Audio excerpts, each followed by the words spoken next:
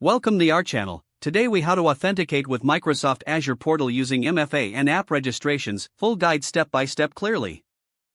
To authenticate with Microsoft Azure Portal using multi-factor authentication, start by navigating to the Azure Portal at portal.azure. Enter your email address associated with your Azure account and click Next.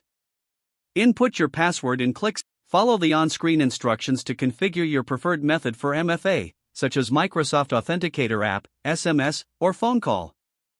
Once set up, verify your identity using the chosen method. After successful authentication, you will be directed to the Azure Portal dashboard. Now, to create an app registration, click on Azure Active Directory from the left-hand navigation menu. Select App Registrations from the options available in the Azure Active Directory section. In the App Registrations pane, click on Plus New Registration. Provide a name for your app in the name field. Choose an account type based on who can use the application. For a simple setup, select Accounts in this organizational directory only. In the redirect URL, click Register to create the app registration. After registration, note down your application, client, ID and directory, tenant, ID. Next, navigate to Certificates and Secrets in the left-hand menu. Click on Plus New Client Secret to generate a secret for your application. Add a description and set an expiration period for the secret.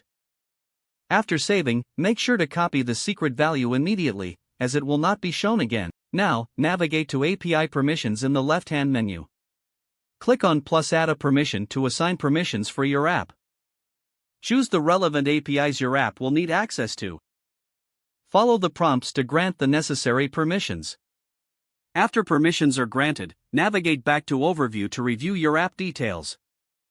To test your authentication setup, use a tool such as Postman or a similar application.